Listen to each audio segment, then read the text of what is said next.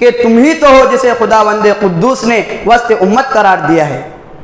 قرآن کہتا ہے وَجَعَلْنَاكُمْ أُمَّةً وَسَطًا لِتَكُونُوا شُهَدَاءَ عَلَى النَّاسِ کہ تم ہی تو ہو جسے قرآن نے وَلَا تَهِنُوا وَلَا تَحْزَنُوا کی بشارت دی ہے۔ تم ہی تو ہو جن سے رب العالمین نے وَأَنْتُمُ الْأَعْلَوْنَ کا وعدہ کیا ہے، پھر تم مغلوب و مقہور کیوں ہو رہے ہو؟ ذلت و رسوائی تمہارا مقدر کیوں بن چکی ہے؟ تم سے تمہارے مستقبل کا سوال کیوں ہو رہا ہے؟ کیا قرآن کا وعدہ غلط ہے؟ نہیں، قرآن کا وعدہ سچا ہے، اللہ کا وعدہ پکا ہے۔ اٹھاؤ تاریخ کو دیکھو، جب تک تم خیر امت کے فریضے کو انجام دیتے رہے تو تم ہی امامت و قیادت کے منصب پر فائز رہے۔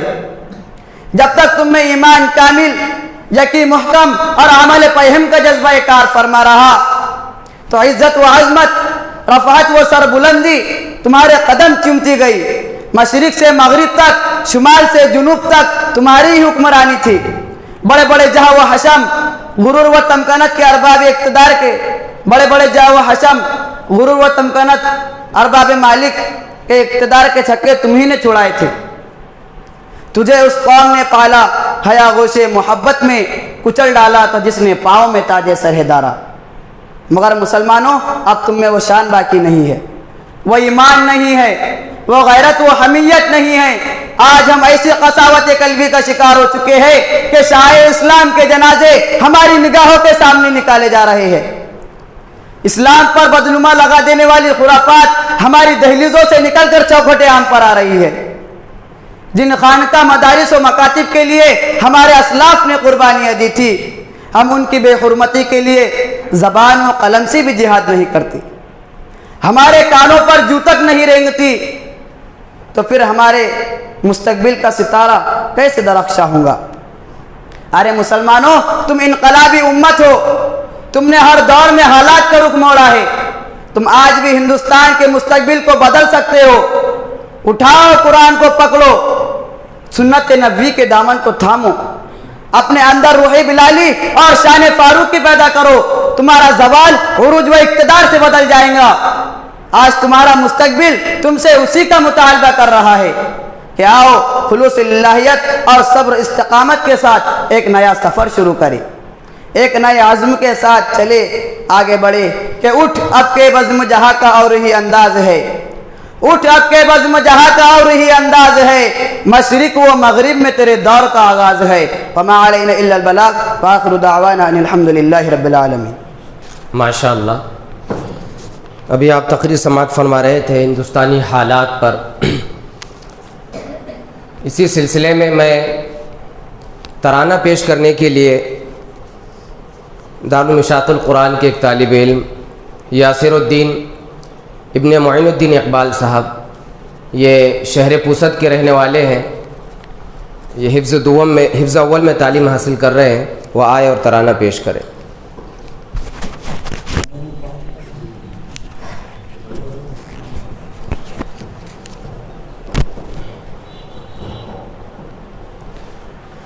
السلام علیکم ورحمۃ اللہ وبرکاتہ۔ کبھی اے نوجوان مسلم تدبر بھی کیا تو نے، وہ کیا گردو تھا تو جس کا ہے ایک ٹوٹا ہوا تارا، تجھے اس قوم نے پالا ہے آغوش محبت میں کچل ڈالا تھا جس نے پاؤں میں تاج سر دارا، تمدن افریق اللہ کے آئینے جہاداری، وہ صحرائے عرب یعنی شتر بانوں کا گہوارہ، تمدن افریق اللہ کے آئینے جہاداری، وہ صحرائے عرب یعنی شتر بانوں کا گہوارہ، کبھی اے نوجوان مسلم تدبر بھی کیا تو نے، وہ کیا گردو تھا تو جس کا ہے ایک ٹوٹا ہوا اس قوم نے پالا ہے آغوش محبت میں کچل ڈالا تھا جس نے پاؤں میں تاج سرے دارا گدائی میں بھی مولا حوالے تھے غیور اتنے کہ منعم کو غدا کے ڈر سے بخشش کا نہ تھا یارا غدائی میں بھی مولا حوالے تھے غیور اتنے کہ منعم کو غدا کے ڈر سے بخشش کا نہ تھا یارا کبھی اے نوجوان مسلم تدبر بھی کیا تو نے وہ کیا گردوں تھا تو جس کا ایک ٹوٹا ہوا تارا تجھے اس قوم نے پالا ہے آغوش محبت میں کچل ڈالا تھا جس نے پاؤں میں تاج سرے دارا غرض میں کیا کہوں تجھ سے کہ وہ صحرا نشی کیا تھے جہاں گیرو جہاں دارو جہاں بانو جہاں غرض میں کیا کہوں تجھ سے کہ وہ صحرا نشی کیا تھے جہاں گیرو جہاں دارو جہاں بانو جہاں کبھی اے نوجوان مسلم تدبر بھی کیا تو نے وہ کیا گردوں تھا تو جس کا ایک ٹوٹا ہوا تارا تجھے اس قوم نے پالا ہے آغوش محبت میں کچل ڈالا تھا جس نے پاؤں میں تاج سرے دارا اگر چاہوں تو نقشہ کھینچ کر الفاظ میں رکھ دوں مگر تیرے تخیل سے فضو تر ہے وہ نظارہ اگر چاہوں تو نقشہ کھینچ کر الفاظ میں رکھ دوں مگر تیرے تخیل سے فضو تر ہے وہ نظارہ کبھی اے نوجوان مسلم تدبر بھی کیا تو نے وہ کیا گردوں تھا تو جس کا ایک ٹوٹا ہوا تارا تجھے اس قوم نے پالا ہے آغوش محبت میں کچل ڈالا تھا جس نے پاؤں میں تاج سرے دارا تجھے آباس اپنے کوئی نسبت ہو نہیں سکتی کہ تو گفتار وہ کردار تو ثابت وہ سیارہ تجھے آباس اپنے کوئی نسبت ہو نہیں سکتی کہ تو گفتار وہ کردار تو ثابت وہ سیارہ کبھی اے نوجوان مسلم تدبر بھی کیا تو نے وہ کیا گردوں تھا تو جس کا ہے ایک ٹوٹا ہوا تارا تجھے اس قوم نے پالا ہے آغوش محبت میں کچل ڈالا تھا جس نے پاؤں میں تاج سرے دارا ماشاء اللہ۔ عزیز سامعین، چونکہ ہمارے درمیان معزز مہمانان بھی ابھی اس وقت تشریف فرما ہے اور جو دو طلباء جن کا حفظ مکمل ہوا ہے ان کے سرپرست بھی ماشاءاللہ حاضر ہے، میرے بائیں جانب شہر یوتمل سے تشریف لائے محمد اقبال صاحب ہیں، ان کے بھی فرزند نے جو حفظ مکمل کیا ہے، اور دائیں جانب خامگاؤں سے تشریف لائے محمد ذاکر صاحب جو کہ ملکہ پور میں ایک گرلس اردو ہائی اسکول چلتی ہے، آپ اس میں صدر مدرسی کی خدمات بھی انجام دے رہے ہیں۔ میں مختصر اظہار خیال کے لیے محترم محمد ذاکر صاحب سے درخواست کرتا ہوں کہ وہ آئے اور اظہار خیال پیش کریں۔ اللہ من الشیطان الرجیم، بسم اللہ الرحمن الرحیم، نحمدہ و نصلی علی رسولہ الکریم، اما بعد۔ یہاں آج کی اس تقریب میں موجود تقریب کے صدر مدرسے کے محترم جناب مفتی کلیم رحمانی صاحب، مدرسین اور دیگر معزز مہمانان اور عزیز طلباء، یہ اللہ تعالیٰ کا لاکھ لاکھ شکر احسان ہے کہ آج ہمیں اس تقریب میں، خصوصاً مجھے جو ہے اس تقریب میں شریک ہونے کا اللہ تعالیٰ نے مجھے موقع اور جو ہے میری موقع نصیب فرمایا۔ یہ میری خوش نصیبی ہے۔ اللہ تعالیٰ کا بڑا شکر احسان ہے کہ اللہ تعالیٰ کے محض فضل و کرم سے اس نے ہمارے جو خواب تھے ان خواب کا ایک حصہ جو ہے اس نے پورا کیا۔ ہمارے خاص طور سے میری یہ ہے بڑی خواہش تھی کہ میں جو چیزیں نہیں کر پایا، میں جو نہیں پڑھ پایا، جو تعلیم میں حاصل نہیں کر پایا، تو میری اولاد، میرے فرزند، میری بیٹیاں، میرے بیٹے جو ہے وہ تعلیم کے حصول میں جو ہے مجھ سے زیادہ، مجھ سے نمایاں طور پر مجھ سے آگے بڑھ کر جو ہے وہ مقام حاصل کریں۔ اور یہ جو ہے سب سے بڑی سعادت کی بات ہے کہ اللہ کے دین کو سمجھنا، اللہ کے دین کو جو ہے اپنی زندگی کا راستہ بنانا، اور خصوصاً اللہ کے کتاب قرآن مجید کو جو ہے اپنی رہنمائی کا ذریعہ بنانا، یہ بڑی جو ہے خوش نصیبی کی بات ہے۔ یہ ہماری خواہش تھی کہ ہمارے بچے جو ہے وہ اللہ تعالیٰ کی اس کتاب کی جو ہے اس کے حافظ بنے، اس کی ترجمانی جو ہے اس کا جو اس کتاب میں جو احکامات آئے ہیں اس پر اس کی نہ صرف اس کا علم حاصل کریں بلکہ اس کے حساب اس کے مطابق زندگی گزاریں اور دوسروں کو بھی جو ہے اللہ کی کتاب کی طرف رہنمائی کریں۔ لہذا یہ جو ہے آج کا دن ہمارے لیے بڑا خوشی کا اور مسرت کا دن ہے کہ آج محض اللہ تعالیٰ کی خوشنودی، اللہ تعالیٰ کی جو ہے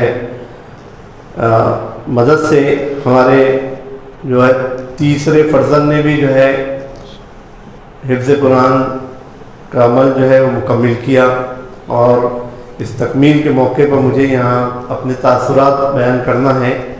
یہ کہا گیا ہے مجھے، فی الحال تو میں اس بات سے قاصر ہوں کہ کچھ اور جو ہے بات کہوں، بس یہاں میں اپنے رب کا شکر ہی ادا کر سکتا ہوں، اور جو اساتذہ اور معتمم ہیں ان کا بھی شکر ادا کرتا ہوں، شکریہ ادا کرتا ہوں کہ محض جو ہے ان کی کوششیں اور ان کی جو ہے مدد سے جو ہے یہ سب ممکن ہوا ہے۔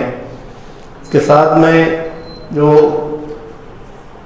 طلباء یہاں موجود ہیں بس ان سے اتنا ہی جو ہے عرض کرنا چاہوں گا کہ آپ لوگ جو دینی تعلیم حاصل کر رہے ہیں یہ کوئی معمولی بات نہیں ہے، چاہے وہ حفظ قرآن کے ذریعے ہو یا عالمیت وغیرہ، تو کوئی معمولی بات نہیں ہے۔ یہ اللہ تعالیٰ کی سعادت ہے، وہ کچھ ہی لوگوں کو جو ہے نصیب کرتا ہے، ورنہ ہر ایک کی قسمت میں چیزیں نہیں ہوتی۔ تو آپ لوگ جو ہے اس سعادت کی جو ہے قدر و قیمت جانیں اور اچھے سے جو ہے اس علم کو حاصل کریں، اور حاصل کرنے کے بعد جو ہے مزید ترقی کر کے جو ہے تمام انسانوں تک جو ہے اللہ کے دین کو پہنچانے، اللہ کی دینی جو تعلیمات ہیں ان کو پہنچانے کی جو ہے کوشش کریں۔ بس اللہ تعالیٰ سے یہی دعا ہے کہ اللہ تعالیٰ جو ہے ہم سبھی کو جو ہے اس کے دین پر مکمل طور سے عمل کرنے والا بنائے اور دنیا اور آخرت دونوں جگہ ہم کو کامیابی سے نوازے۔ وآخر دعوانا الحمدللہ رب العالمین۔ ماشاء اللہ، اس کارروائی کو آگے بڑھاتے ہوئے ابھی ہم نے مختصر تاثرات سماعت فرمائے محترم ذاکر صاحب سے، اور مفتی صاحب نے بھی ہماری توجہ اس طرف دلائی ہے کہ موصوف کو 3 لڑکے ہیں اور ماشاءاللہ تینوں حافظ ہیں، مطلب یہ تیسرے نمبر ہے، اور آج الحمدللہ ان کا بھی حفظ مکمل ہوا، یہ سعادت کی بات ہے۔ اور ان کے جو پہلے فرزند ہے احمد اسامہ صاحب، جو اس وقت بنگلہ دیش میں MBBS کر رہے ہیں اور یہ ان کا MBBS کا آخری سال ہے، وہ بھی دارالعلوم اشاعۃ القرآن میں حافظ بنے ہیں۔ اللہ تعالیٰ مزید برکت عطا فرمائے، یہ سعادت مندی کی بات ہے۔ اب اس کے بعد ہمارے مہمان خصوصی شہر پوسد کی جامع مسجد کے امام و خطیب مولانا محفوظ مدنی و فلاحی صاحب سے میں درخواست کرتا ہوں کہ وہ جو ہے تو تذکیر فرمائے۔ میں جو 2 خوش نصیب طلباء جن کا حفظ آج مکمل ہونے جا رہا ہے، اور آج کی اس تکمیل حفظ القرآن کی مجلس میں وہ اپنا آخری سبق سنائیں گے۔ میں سب سے پہلے جو طالب علم جنہوں نے حفظ مکمل کیا ہے، حافظ محمد سروش ابن محمد اقبال صاحب، انہوں نے دارالعلوم اشاعۃ القرآن میں رہتے ہوئے حفظ دوم سے اپنا حفظ مکمل کیا ہے، اور یہ شہر یوتمیل کے رہنے والے ہیں۔ وہ آئے اور کرسی پر بیٹھے۔ دوسرے جو طالب علم ہیں حافظ احمد اکرامہ ابن محمد ذاکر صاحب مدرس، دارالعلوم اشاعۃ القرآن میں رہتے ہوئے حفظ دوم سے انہوں نے اپنا حفظ مکمل کیا ہے، یہ شہر کھامگاؤں کے رہنے والے ہیں، وہ بھی آئے اور کرسی پر تشریف رکھے۔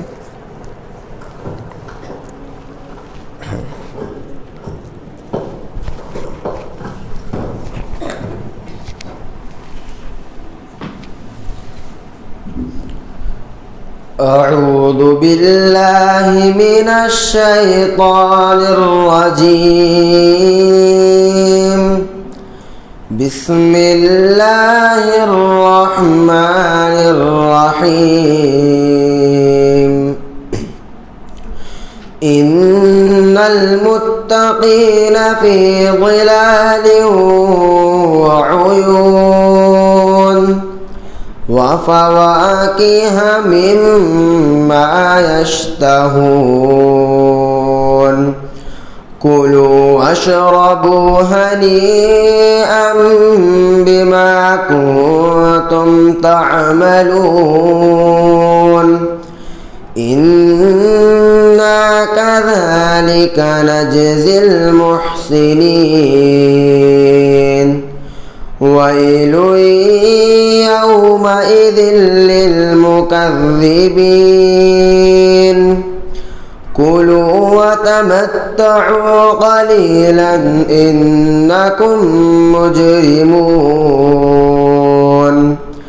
ويل يومئذ للمكذبين، وإذا قيل لهم اركعوا لا يركعون، ويل يومئذ للمكذبين،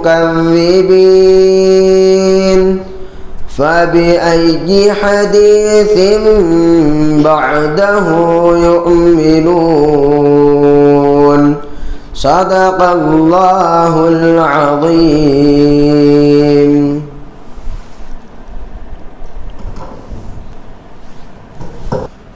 أعوذ بالله من الشيطان الرجيم، بسم الله الرحمن الرحيم۔ يا أيها النبي قل لأزواجك إن كنتن تردن الحياة الدنيا وزينتها فتعالين وأمتعكن وأسرحكن سراحا جميلا، وإن كنتن تردن الله ورسوله والدار الآخرة فإن الله أعد للمحسنات منكن أجرا عظيما. يا نساء النبي من يأتي منكن بفاحشة مبينة يضاعف لها العذاب ضعفين وكان ذلك على الله يسيرا. صدق اللہ العظیم.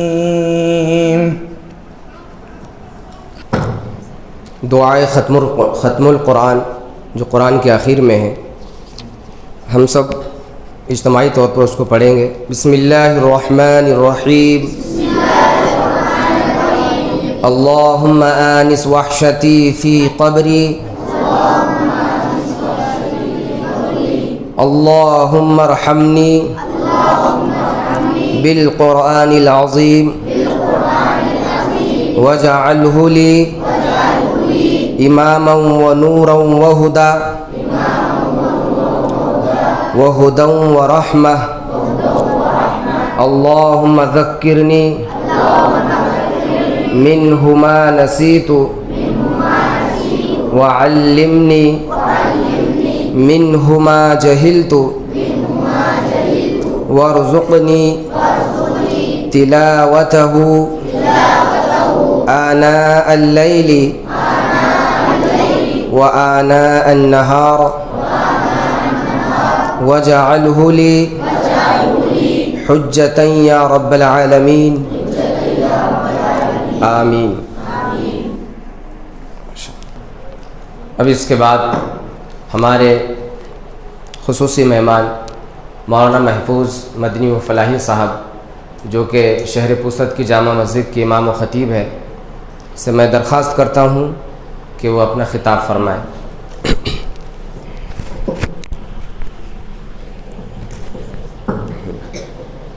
وعلیکم ورحمۃ اللہ وبرکاتہ. الحمد للہ رب العالمین والصلاة والسلام علی رسولہ الکریم.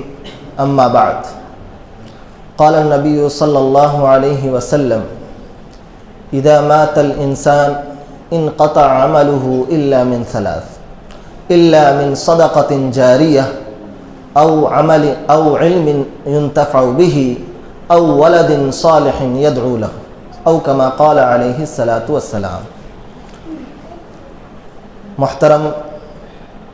محتمم تعلیم و تربیت حضرت مولانا مفتی کلیم رحمانی صاحب اور مہمانان خصوصی اور طلبہ اعزام، یہ بہت ہی مبارک مجلس ہے اور خوشی کا موقع ہے.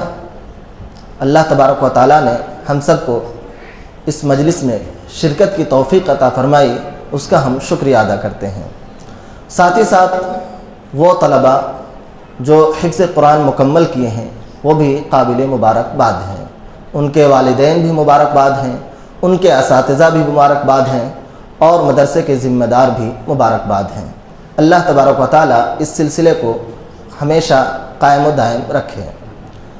محترم سامعین کرام، آپ کے سامنے میں نے ایک مختصر حدیث پیش کی ہے. اللہ کے رسول صلی اللہ علیہ وسلم اس میں انسان کے مرنے کے بعد جو چیزیں کام آنے والی ہیں اس سلسلے میں کچھ رہنمائی ہے. ہم سب جانتے ہیں کہ انسان اس دنیا میں موجود ہے اسی لیے کہ وہ عمل کرے. دنیا کھیتی ہے اور پھر مرنے کے بعد اس کھیت کا جو پھل آنے والا ہے وہ ہمیں مرنے کے بعد ملنے والا ہے. جیسے انسان اس دنیا سے چلا جاتا ہے اس کا عمل کا سلسلہ منقطع ہو جاتا ہے، ختم ہو جاتا ہے، آنکھ بند، اب کچھ بھی کام آنے والا نہیں ہے. لیکن کچھ چیزیں ایسی ہیں جو ہمیشہ ہم کو فائدہ پہنچاتی رہیں گی. اس میں سے 3 چیزوں کا تذکرہ ہے ایک وہ جو ہم صدقہ جاریہ کرتے ہیں، جو کچھ بھی ہم خیر کے کام کرتے ہیں وہ خیر کا کام سلسلہ وار وہ چلتا رہے گا، اور جب تک کہ یہ کام چلتا رہے گا تب تک ہمیں ثواب ملتا رہے گا۔ مثال کے طور پر ہم نے کسی مدرسے میں، کسی مسجد میں کچھ چیزیں دے دی، کوئی کتابیں دے دی، کچھ استعمال کی چیزیں دے دی، یہ جب تک استعمال ہوتا رہے گا تب تک ہم کو ثواب اس کا ملتا رہے گا۔ اور صدقہ جاریہ کا بہت ہی وسیع پیمانہ ہے، کوئی مختصر چیز نہیں ہے، اور وہ ہم یہ کر اپنی آخرت بنا سکتے ہیں۔ پھر دوسری چیز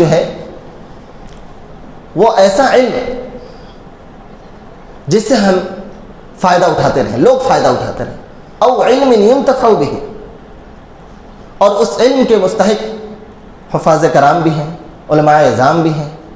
اس میں طلبہ آ جاتے ہیں، پڑھنے والے آ جاتے ہیں، جو اپنے علم کے ذریعے سے لوگوں کو فائدہ پہنچاتے ہیں، اس علم کے ذریعے سے لوگوں کو تاریکی سے نکال کر روشنی کی طرف لاتے ہیں، اور یہ کام ہم سب کر رہے ہیں۔ قرآن کو حفظ کر رہے ہیں، قرآن کے معنی اور مفہوم کو بھی سمجھ رہے ہیں، اور پھر نکلنے کے بعد اس کے حقوق کو بھی ہم ادا کریں گے، اور یہ ہمارے لیے ایسا ذریعہ ہوگا جو ہمارے مرنے کے بعد کام آئے گا۔ جو تیسری چیز ہے او ولد صالح یدعو لہ، یہ والدین کے سلسلے میں ہے کہ والدین اپنے بچوں کو پڑھا رہے ہیں، لکھا رہے ہیں، ایسا بنا رہے ہیں جو ان کے مرنے کے بعد یہ بچے ان کے لیے دعا کریں گے، اور یہی کام آنے والا ہے ان کے لیے۔ ظاہر سی بات ہے کہ اگر بچے پڑھے لکھے ہوں گے، دین کی سوجھ بوجھ ہوگی، تو ہی وہ دعا کریں گے، تو ہی یاد کریں گے، ورنہ ایسا ہوگا کہ جس دن انتقال کریں گے اس دن رو لیں گے، کچھ آنسو بہا لیں گے، قبر تک یاد رکھیں گے، اس کے بعد پھر اپنی دنیا میں مگن ہو جائیں گے، کبھی وہ یاد نہیں کریں گے، نہ کبھی آپ کی قبر کی طرف نگاہ اٹھا کر دیکھیں گے۔ تو اس کے لیے ضروری ہے کہ بچوں کو نیک صالح بنایا جائے، اور نیک صالح اسی وقت بنیں گے جب ان کے اندر دینی شعور پیدا ہوگا، قرآن و حدیث کا علم حاصل کریں گے۔ تو یہ والدین جو اپنے بچوں کو پڑھا رہے ہیں یہ اپنے آخرت کے لیے کھیتی کر رہے ہیں، یہ ایسی کھیتی ہے جو ختم ہونے والی نہیں ہے۔ دنیا میں بہت سارے ہم مارکیٹ دیکھتے ہیں جو چین سسٹم ہوتا ہے، ایک دوسرے سے ملتا جلتا رہتا ہے، ایک نے کاروبار شروع کیا، اس سے دوسرا متاثر ہوا تو دوسرے کو بھی فائدہ پہنچتا ہے، تیسرے کو فائدہ پہنچتا ہے، لیکن یہ کبھی بھی ختم ہو جاتا ہے، سلسلہ ٹوٹ سکتا ہے۔ لیکن یہ جو چین سسٹم ہے، یہ جو صدقہ جاریہ کام ہے، یہ جو علم ہم نے حاصل کیا ہے اور دوسروں کو فائدہ پہنچا دیا ہے، یہ مستقل چلتا رہے گا۔ اب دوسرا مرحلہ اس کا یہ آتا ہے کہ ہم سب علم حاصل کر رہے ہیں، عموماً یہاں کے بچے حافظ بننے کے بعد معاشرے میں جاتے ہیں، امامت و خطابت کی ذمہ داری ادا کرتے ہیں، اور اس مدرسے کی یہ خوبی ہے کہ اس مدرسے نے ایسے طلباء کو، ایسے حفاظ کو پیدا کیا جو امامت کے ساتھ خطابت بھی کرتے ہیں، تقریریں بھی کرتے ہیں۔ اور میں اس سماج میں جو لوگ رہ رہے ہیں، خاص طور سے پوسد اور دیگر علاقے کے لوگ، وہ کہتے ہیں کہ مفتی صاحب کے اس مدرسے کے قائم ہونے کی وجہ سے مسجدوں میں اب امامت کے لیے پریشانی نہیں ہو رہی ہے، ورنہ پہلے لوگوں کو تلاشنا پڑتا تھا، لوگوں کو امام بلانے پڑتے تھے۔ اب یہاں کے قرب و جوار ہی کے لوگ مسجدوں کو سنبھالے ہوئے ہیں۔ اب ایک سوال یہ پیدا ہو سکتا ہے کہ جو ہم کو کہا گیا ہے کہ ہم جو کچھ سیکھ رہے ہیں اسے دوسروں تک سکھائیں، فائدہ پہنچائیں، یہ فائدہ کیسے پہنچے گا؟ اس کے لیے ضروری ہے منظم طریقہ ہو، مدرسہ ہو، مسجد ہو، دیگر ادارے ہوں جس کے ذریعے سے ہم فائدہ پہنچا سکتے ہیں۔ لیکن یہ ضروری نہیں ہے کہ اسی کے ذریعے ہی سے صرف فائدہ پہنچائیں گے اور دیگر طریقے سے ہم فائدہ نہیں پہنچا سکتے۔ مثال کے طور پر آپ حفظ کر لیے، قرآن سیکھ لیے، قرآن کے ماہر ہو گئے، کسی بھی آپ سماج میں چلے جائیں، کہیں بھی رہیں، کچھ بھی جاب آپ کر رہے ہیں، وہاں پہ کچھ بچوں کو آپ نے پڑھا دیا، کسی کا قرآن صحیح کرا دیا، ان کی تجوید درست کرا دی، یہ تعلیم ہے۔ ایسا نہیں ہم یہ سمجھتے ہیں کہ اب جب ہم مدرسے میں جائیں گے، مدرس بن کے رہیں گے، پڑھائیں گے، تبھی یہ پڑھانا ہوگا۔ نہیں، آپ اپنے ذریعے سے کہیں بھی کسی بھی وقت آپ فائدہ پہنچا سکتے ہیں۔ جاب کر رہے ہیں، جاب میں کچھ لوگ ہیں مسلمان ہیں، ان کا 10 عام طور سے صورتیں لوگ نماز میں پڑھنے کے لیے یاد کرتے ہیں، ان کی 10 صورتوں کو صحیح کراتے ہیں، یہ صدقہ جاریہ ہے۔ وہ پڑھنے لگیں گے, وہ دوسروں کو سکھائیں گے, یہ صدقہ جاریہ ہے. تو اس کے لیے یہ کوئی ضروری نہیں ہے کہ ہم جو ہے اس کا بہانہ بنائیں کہ ہم مدرسے میں نہیں پڑھا رہے ہیں تو کیسے دین کا کام کریں گے. پھر دوسرا جو بات یہ ہے کہ جو کچھ ہم سیکھتے ہیں ہماری یہ ذمہ داری ہے کہ اس چیز کو ہم دوسروں تک منتقل کریں, دعوت و تبلیغ کا کام کریں. اب دعوت و تبلیغ کا نام سنتے ہی یہ ہمیں یہ سمجھ میں آتا ہے کہ اس کے لیے ایک منظم پلیٹ فارم ہو, کسی تحریک سے ہم جوائنٹ ہوں, کسی جماعت سے جوائنٹ ہوں, کسی مدرسے سے لگیں, اس کے بعد ہی ہم دعوت و تبلیغ کا کام کر سکتے ہیں, ورنہ نہیں کر سکتے. نہیں, ایسا ضروری نہیں ہے. دعوت و تبلیغ کا کام جو ہے ہم اپنے اخلاق و کردار سے اپنے روزمرہ کی زندگی میں 80% ادا کر سکتے ہیں. یہ جو پلیٹ فارم ہے, جو تحریکات ہیں, تنظیمیں, اس کے ذریعے سے تو ہم 20% ادا کرتے ہیں. ہم کہیں بھی رہ رہے ہیں, اپنے اخلاق و کردار سے, بات چیت سے, معاملات سے, لوگوں میں لین دین کرنے سے, لوگوں کی رہنمائی کرنے سے, یہ دعوت و تبلیغ کا کام ہے. ایسا نہیں کہ دعوت و تبلیغ کا کام صرف ہم جو ہے جماعت میں جائیں گے تبھی کریں گے. نہیں, ایسا نہیں. وہاں بھی جانا چاہیے, اس سے بھی جو ہے دعوت و تبلیغ کے کام کرنے چاہیے, اس سے انکار نہیں ہے. لیکن ہم یہ بہانہ بنا لیں کہ ہم اس سے جڑے ہوئے نہیں ہیں تو ہم دعوت کا کام کیسے کریں گے, دین کا کام کیسے کریں گے. نہیں, ہم یہ کر سکتے ہیں, ہمارے پاس کوئی بہانہ نہیں ہے. اسی کے ساتھ ایک مسئلہ یہ بھی آتا ہے کہ خاص طور سے مدارس میں پڑھنے والے بچے وہ یہ سمجھتے ہیں, ہم بھی سمجھتے ہیں کہ ہم اس لائن میں لگے ہوئے ہیں تو تنخواہ بہت کم ملے گی, ہم کیسے پڑھائیں گے, کیسے زندگی گزاریں گے, بال بچوں کا کیا ہوگا, مہنگائی اتنی زیادہ ہے. صحیح بات ہے, یہ ساری چیزیں ہیں موجود. اس میں دو چیزیں ہیں. ایک تو وہ جو ذمہ داران ہیں جو آپ کو مسجد مدرسے میں رکھتے ہیں پڑھانے کے لیے, ان کی یہ ذمہ داری ہے کہ آپ کے تمام جو ہے اخراجات کو پورا کریں اور معقول جو ہے تنخواہیں دیں. لیکن دوسری طرف یہ بھی معاملہ ہے, ہمارا جو معاملہ ہونا چاہیے کہ اگر تنخواہ اس طرح کی نہیں مل رہی ہے تو اس سے ہمیں بدظن نہیں ہونا ہے کہ ہم اس لائن میں جائیں گے تو ہم کیا کریں گے. پھر تو دعوت و تبلیغ کا جو معاملہ ہے, اللہ تعالیٰ کے خوشنودی کے لیے جو کام کرنے کا معاملہ ہے, وہ کون ادا کرے گا. لوگ پیسے لگا رہے ہیں, ہم اپنی صلاحیت لگا رہے ہیں. جو کچھ ہمیں مل جا رہا ہے اس پر اگر ہم قناعت کر لیں تو اجر تو اللہ تبارک و تعالیٰ سے لیں گے. ہم جو کچھ ہم کر رہے ہیں ایسا نہیں کہ ہمارا فائدہ نہیں, ہم تو بہت بڑا کام کر رہے ہیں اور دین کا بہت بڑا کام کر رہے ہیں. اور قلیل تنخواہ میں اگر ہم گزارا کر لے رہے ہیں تو صبر اور شکر سے کام لے رہے ہیں, اس کا بدلہ تو ہم اللہ تعالیٰ سے جنت ملیں گے, جنت کے عوض ملیں گے. تو دونوں طرف دونوں الگ باتیں ہیں. اس کا مطلب یہ بھی نہیں ہوگا کہ ذمہ داران جو ہے یہ سمجھ بیٹھے کہ مولوی صاحب کو جو ہے کم ہی تنخواہ دینا چاہیے اور یہ کہیں کہ آپ اللہ پہ توکل کیجئے. نہیں, یہ سراسر غلط ہے. یہ ان کو نہیں کہنا چاہیے, بلکہ ان کو معقول انتظام کرنا چاہیے. لیکن جو دوسرے لوگ ہیں جن کو مل رہا ہے, جیسے ہم جیسے لوگ ہیں, تو ہمیں اس پر جو ہے صبر کرنا چاہیے, قناعت کرنا چاہیے, اس میں اللہ کا شکر ادا کرنا چاہیے اور یہ سمجھنا چاہیے کہ جو کچھ ہم کر رہے ہیں اس کا جو ہے ہم اللہ تبارک و تعالیٰ سے اجر لیں گے. تو اس طرح سے جو ہے ہم جو ہے شکر کے ذریعے, صبر کے ذریعے سے جو ہے ہم اس کام کو انجام دے سکتے ہیں اور پریشان نہیں ہوگا. اور ایک بات یہ بھی یاد رکھیں کہ ہم یہ سمجھتے ہیں کہ جو دین سے پڑھے لکھے ہوئے ہیں, مدرسے کے جو پڑھے لکھے ہوئے ہیں, اللہ تعالیٰ انہیں رزق نہیں دیتا, بہت دیتا ہے. رزق تو اتنا دیتا ہے کہ وہ تصور نہیں کر سکتے.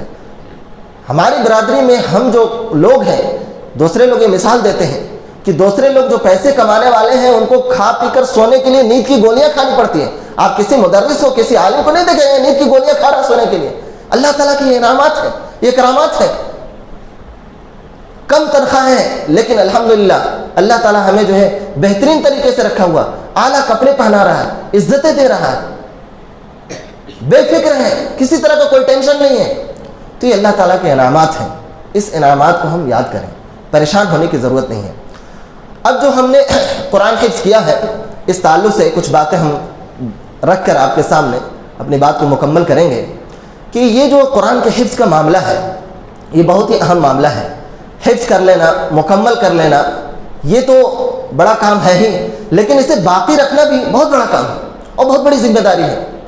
اور حفاظ کرام کے لیے بہت سارے طریقے ہیں جو قرآن کو یاد رکھ سکتے ہیں, اسے باقی رکھ سکتے ہیں.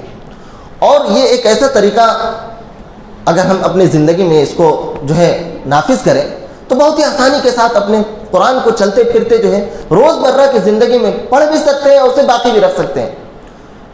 بہت سارے طریقے ہو سکتے ہیں. ایک طریقہ یہ بھی ہے کہ مثال کے طور پر ہم دن بھر میں ٹوٹل جو ہے نمازیں 5 وقت کی پڑھتے ہیں, اس میں ٹوٹل جو رکعتیں 48 رکعت ہیں. اگر ہم 48 رکعت میں ہر رکعت میں صفحہ صفحہ پڑھیں تو 48 صفحے پڑھ سکتے ہیں. اور یہ بہت آسانی ہے, ایک صفحہ پڑھنا. آدھے صفحہ پڑھیں تو بھی جو ہے روزانہ 1-1.5 پارہ ہم جو ہے قرآن نماز میں پڑھ سکتے ہیں. اور پڑھیں گے تو اسے باقی رکھ سکتے ہیں۔ چلیے بالفرض ہم یہ مان لیتے ہیں کہ 48 رکعت میں بہت سارے نوافل ہیں، ان نوافل کو اگر ہم نکال دیں تو تقریباً 36 رکعتیں بچ جاتی ہیں۔ 36 رکعتوں میں ہر رکعت میں اگر ایک صفحہ پڑھیں تو 36 صفحہ پڑھ سکتے ہیں۔ یہ بہت ہی آسانی کے ساتھ ہم اس کو کر سکتے ہیں۔ چلیے بالفرض یہ مان لیں کہ 36 میں ہم جو ہے نمازیں پڑھتے ہیں، عام طور سے نوافل نہیں پڑھتے ہیں، یا جماعت کے ساتھ جو ہم نمازیں پڑھتے ہیں اس میں امام صاحب پڑھتے ہیں، اس میں ہم نہیں پڑھتے، تو جو ہماری سنتیں ہیں، جو سنتیں موقعہ ہم ادا کرتے ہیں، وہ بھی تقریباً 19 ہو جاتی ہیں ملا جلا کر ساری رکعتوں کو۔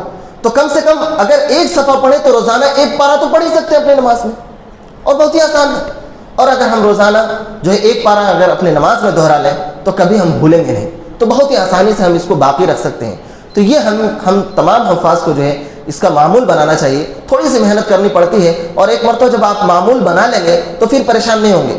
ہوتا کیا ہے کہ ہم جو ہے نماز کو بوجھ سمجھ کر فٹافٹ چھوٹی چھوٹی صورتیں پڑھ لیتے ہیں، قل یا الکافرون پڑھ لیے، قل اعوذ برب الناس پڑھ لیے، فٹافٹ پڑھ کے نکل جاتے ہیں۔ نہیں، اس کو معمول بنائیں، اور یہ ایک ذمہ داری کے طور پر کہ ہمیں قرآن کو باقی رکھنا ہے۔ جس طرح سے ہم رمضان المبارک کا مہینہ جیسے ہی آتا ہے تو ہم یاد کرنے لگتے ہیں، دہراتے ہیں، حفظ کرتے ہیں، یہ ذمہ داری سمجھ کے کہ اب تراویح سنانی ہے تو یاد کرنا ضروری ہے۔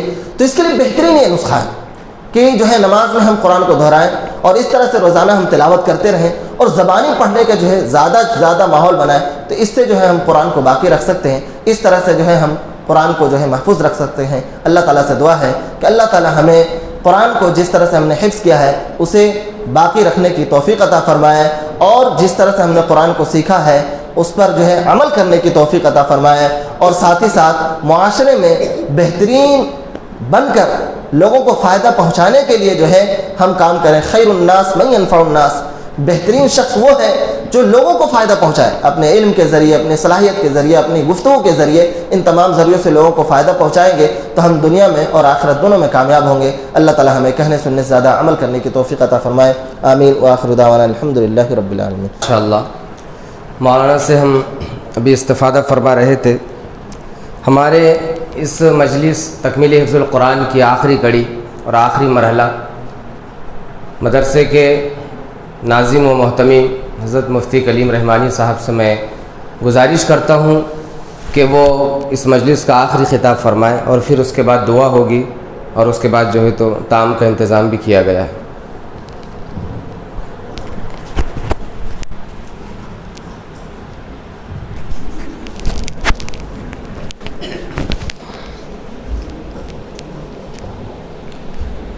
السلام علیکم ورحمۃ اللہ وبرکاتہ۔ الحمدللہ نحمدہ ونستعینہ ونستغفرہ ونؤمن بہ ونتوکل علیہ ونعوذ باللہ من شرور انفسنا ومن سیئات اعمالنا۔ قال اللہ تعالی فی القرآن المجید والفرقان الحمید، فاعوذ باللہ من الشیطان الرجیم، بسم اللہ الرحمن الرحیم۔ انا انزلناہ فی لیلۃ القدر وما ادراک ما لیلۃ القدر، لیلۃ القدر خیر من الف شہر، تنزل الملائکۃ والروح فیہا بإذن ربہم من کل امر سلام ہی حتی مطلع الفجر۔ صدق اللہ العظیم۔ وقال النبی صلی اللہ علیہ وسلم الا ان الدنیا ملونۃ وملون ما فیہا الا ذکر اللہ وما والاہ وعالما ومتعلما۔ معزز محترم مولانا محفوظ فلاحی صاحب، تمامی حاضرین اجتماع، اساتذہ کرام، عزیز طلبہ، خواتین اور بہنوں، یہ ایک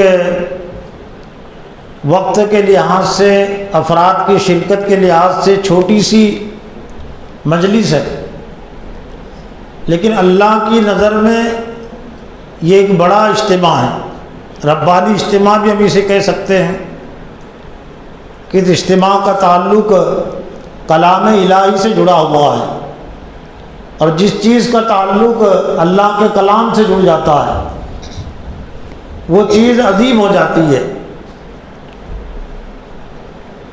حضرت جبرائیل علیہ السلام اس لیے تمام فرشتوں سے مقرب ہے کہ حضرت جبرائیل علیہ السلام کا تعلق وحی الہی سے ہے، اور خاص طور سے قرآن مجید کے اس دنیا میں لانے سے متعلق وہ تمام فرشتوں کے سردار ہے۔ جس رات میں قرآن مجید نازل ہوا، جو میں نے سورت پڑھی تھی، سورہ قدر ہے۔ قدر کے معنی قابل قدر کے، ہم نے اس کو لیلۃ القدر میں نازل کیا، اور لیلۃ القدر کا تعارف خود اللہ نے بیان فرما دیا کہ لیلۃ القدر خیر من الف شہر، لیلۃ القدر 1000 مہینوں سے بہتر ہے، 1000 دن سے نہیں، 1000 دن سے بہتر اللہ فرماتا تو بھی یہ قرآن مجید کی عظمت کے لیے بات کافی ہوتی، لیکن جس رات میں قرآن مجید نازل ہوا وہ رات 1000 مہینوں سے بہتر قرار پائی۔ تو ظاہر بات ہے کہ جن انسانوں کی زندگیوں سے قرآن مجید جڑ جائے گا تو وہ انسان بھی ہزاروں لاکھوں انسانوں سے بہتر ہوں گے۔ حضرت محمد صلی اللہ علیہ وسلم کا اصل تعارف کیا ہے؟ حضرت محمد صلی اللہ علیہ وسلم آخری نبی ہے اور آخری رسول ہے، اور رسول اور نبی ہونے کی دلیل کیا ہے؟ وہ یہ کہ آپ پر آخری کلام نازل ہوا، تو قرآن مجید آپ پر نازل ہوا تو آپ امام الانبیاء ہو گئے، خاتم الانبیاء والمرسلین آپ ہو گئے۔ دعائے ختم القرآن میں امام کا تذکرہ بھی آیا ہے، وَاجْعَلْهُ لِي إِمَامًا وَنُورًا۔ یہ قرآن مجید امام ہے، اور جو اس کی امامت میں چلتا ہے یہ اس کو امام بنا دیتا ہے۔ نماز پڑھنے والوں کو عام طور سے امام ہی کہتے ہیں، تو کس وجہ سے امام وہ کہے جاتے ہیں؟ نماز میں اصل اللہ کا کلام قرآن مجید ہی پڑھا جاتا ہے، فرض قرات جسے کہیں گے وہ قرآن مجید کا پڑھنا ہے۔ تو یہ تقریب اس لحاظ سے اہم ہے کہ 2 طلبہ کا اس میں حفظ قرآن مکمل ہوا ہے، تو ایک طرح سے وہ قابل قدر ہے اللہ کی نظر میں، تو اللہ والوں کی نظر میں بھی وہ قابل قدر ہونے چاہیے۔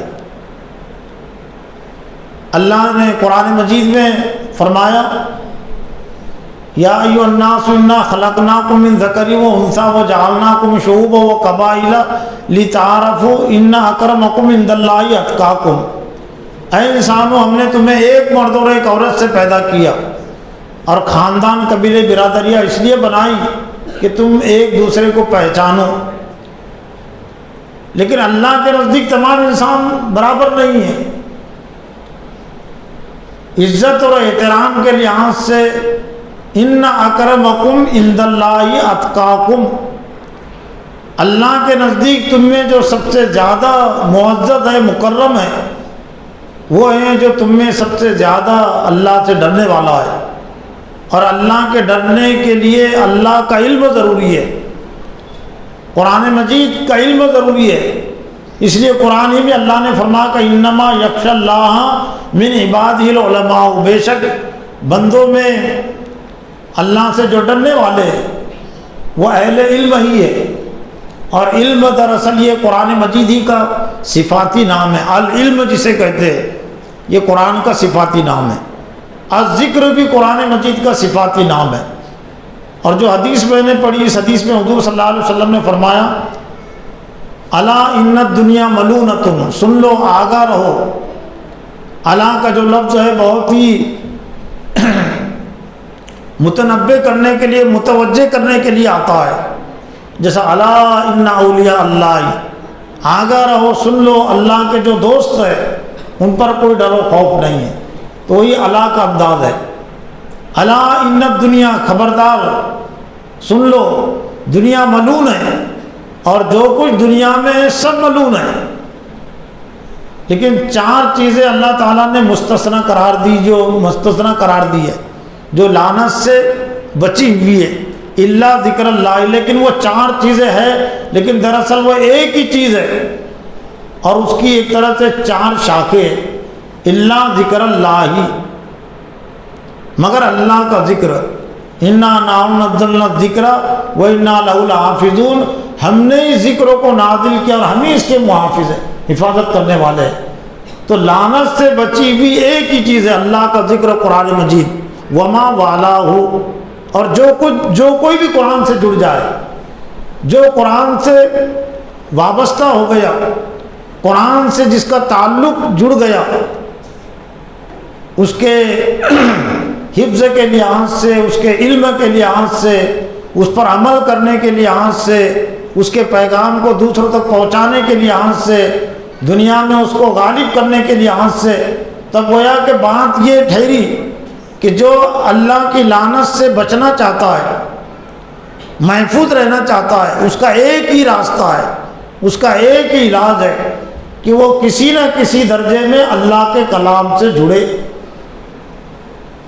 اور اگر وہ نہیں جڑتا ہے تو اس کے لیے کوئی لعنت سے بچنے کی کوئی ضمانت نہیں ہے۔ الا ذکر اللہ وما والا، مگر اللہ کا ذکر اور جو اس سے متعلق چیز ہے۔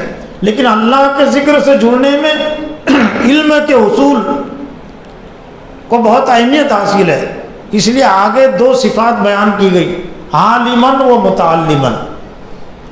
جو اللہ کی لعنت سے بچے ہوئے ہیں، ایک تو علم والا، یعنی وہ قرآن ہی سے تعلق ہے، اس کا بات جو ہوتی ہے اس کو سیاق و سباق کو سامنے رکھ کر ہی آپ سمجھ سکتے ہیں۔ جس پس منظر میں بات چل رہی ہے، بات چل رہی تھی اللہ ذکر اللہ، تو ذکر اللہ کا علم جو حاصل کرتے ہیں قرآن مجید کا، وہ متعلماً اس کو سیکھتے ہیں اور اس کو دوسروں تک پھیلاتے ہیں۔ تو آج کی یہ مجلس میرے لیے بھی، تمامی شرکاء کے لیے، اساتذہ کے لیے، طلباء کے لیے ایک طرح سے خوش قسمتی کی بات ہے۔ لیکن میں اس سلسلے میں ذرا 2 اس میں پہلو میں رہتا ہوں۔ جو خامی کوتاہی ہوئی ہے تو کہیں اس میں نہ پکڑے جاؤں، اس لیے میں اللہ سے بھی درخواست دعا بھی کرتا ہوں کہ ان کے تکمیل حفظ کے سلسلے میں مجھ سے جو کوتاہی ہوئی ہے، کمی ہوئی ہے، تو اللہ تعالیٰ اسے معاف کرے۔ لیکن چونکہ معاملہ حقوق العباد کا بھی ہے، ہو سکتا ہے اساتذہ نے جس نیت اور ارادے کے ساتھ یہاں داخل کیا ہو اور وہ ارادہ ان کا پورا نہ ہوا ہو، تو میری سرپرستوں سے بھی یہ گزارش رہتی ہے کہ وہ بھی اس سلسلے میں درگزر کرے اور معاف کرے، اور ادارے کے لیے بھی، میرے لیے بھی، اساتذہ کے لیے بھی وہ دعا کرتے رہے۔ اللہ تعالیٰ جس مقصد کے لیے ادارہ قائم کیا گیا ہے، اس کا نام ہی ہے اشاعت القرآن، قرآن کی اشاعت، قرآن کو پھیلانا۔ لیکن قرآن اسی وقت پھیلے گا جب کہ قرآن کا علم جمع ہوگا۔ تو یہ سال کے لحاظ سے اس سال یہ 3ری تقریب ہے تکمیل حفظ قرآن کی۔ 3 تقریبیں گویا کہ اس سال ہوئی ہے۔ ایک تکمیل حفظ قرآن کی تقریب میں 3 طلبہ نے حفظ مکمل کیا تھا، پھر اس کے بعد ایک ہوئی آج سے 1 مہینہ پہلے ہی غالباً، اس میں 4 طلبہ نے حفظ قرآن کی تکمیل کی تھی، اور اب یہ 2 طلبہ نے، گویا کہ اس سال 9 طلبہ نے حفظ قرآن مکمل کیا ہے ادارے میں۔ اور ایک طرح سے جتنے سال سے ادارہ قائم ہے، تقریباً 22 سال ہو رہے اس ادارے کے قیام کو۔ یہ سب سے بڑی تعداد، سب سے زیادہ تعداد اس سال ہم کہہ سکتے ہیں۔ اس سے پہلے 1 سال جس میں حافظ اسماعیل صاحب کو سند دی گئی تھی، تو اس سال 8 طلبہ نے حفظ قرآن کی تکمیل کی تھی، لیکن اب یہ اس سال کی تعداد یہ 9 ہو گئی۔ تو توقع رہیں گی کہ اللہ تعالیٰ اس تعداد کو اور بھی بڑھائے اور بھی اللہ تعالیٰ اس میں پختگی پیدا کرے۔ تقریباً 65-66 طلبہ ابھی تک مکمل حفظ قرآن کی نعمت اور دولت سے یہاں سے نکلے ہیں، جن میں سے 40 کے قریب مختلف جگہ مقامات پر امامت اور معلمی کے فرائض بھی انجام دے رہے ہیں، اور کچھ طلبہ ابھی اپنی تعلیم بھی جاری رکھے ہوئے ہیں بڑے بڑے اداروں میں۔ تو ان طلبہ سے بھی ہماری گزارش رہے گی کہ وہ تعلیم کے سلسلے کو وہ جاری رکھے۔ سرپرستوں سے بھی گزارش رہیں گی کہ وہ اس سلسلے میں طلبہ کا تعاون کرے، اور بھی جو عالمیت کی تعلیم ہے، سرسری قرآن کا علم تو ہم نے دیا ہے الفاظ کے ساتھ کچھ معانی کا، لیکن تفسیر اور تحقیقی اور تفصیلی علم کے لیے تو ایک وقت بھی درکار ہے، ایک مدت بھی اس کے لیے درکار ہے، عمر بھی درکار ہے، تو اس کے لیے تو آئندہ بھی منصوبہ بندی کرنی پڑے گی۔ تو یہ چند باتیں میں نے اس موقع سے میری اپنی تذکیر، آپ کی تذکیر توجہ کے لیے رکھی۔ اللہ تعالیٰ سے دعا ہے کہ اللہ تعالیٰ مجھے بھی اور آپ کو بھی قرآن کا علم حاصل کرنے، اس پر عمل کرنے، دوسروں تک پہنچانے کی توفیق عطا فرمائے۔ آخر میں رفیق محترم مولانا محفوظ فلاحی صاحب کی دعا پر اس جلسے کا اختتام ہوگا۔